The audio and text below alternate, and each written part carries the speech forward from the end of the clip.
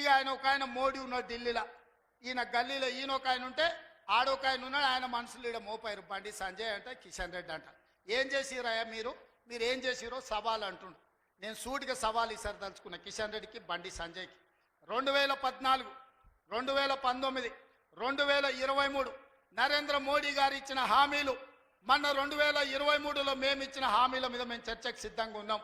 నేను మా దామన్న మేము ఇద్దరం వస్తాం, కిషన్ రెడ్డి గారు బండి సంజయ్ మీరు ఇద్దరు రాండి.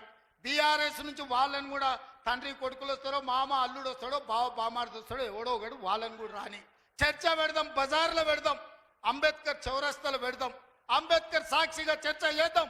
10 ఏళ్ళు కేసీఆర్ ముఖ్యమంత్రిగా, 12 ఏళ్ళు నరేంద్ర మోడీ ప్రధానమంత్రిగా, 12 నెలలు మన ప్రభుత్వం ఇందిరమ్మ ప్రభుత్వం చేసిన పనుల మీద చర్చ చేద్దాం.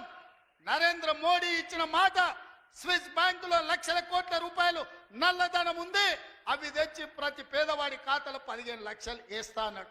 ఒక్క పేదోని ఖాతాలన్నా మోడీ 15 పైసలు వేసినాడే? వేసిండా? ఒక్క రూపాయి నల్లధనం తేలే. కానీ నల్లధనం ఉన్నోళ్ళు దేశం విడిచి పారిపోయారు.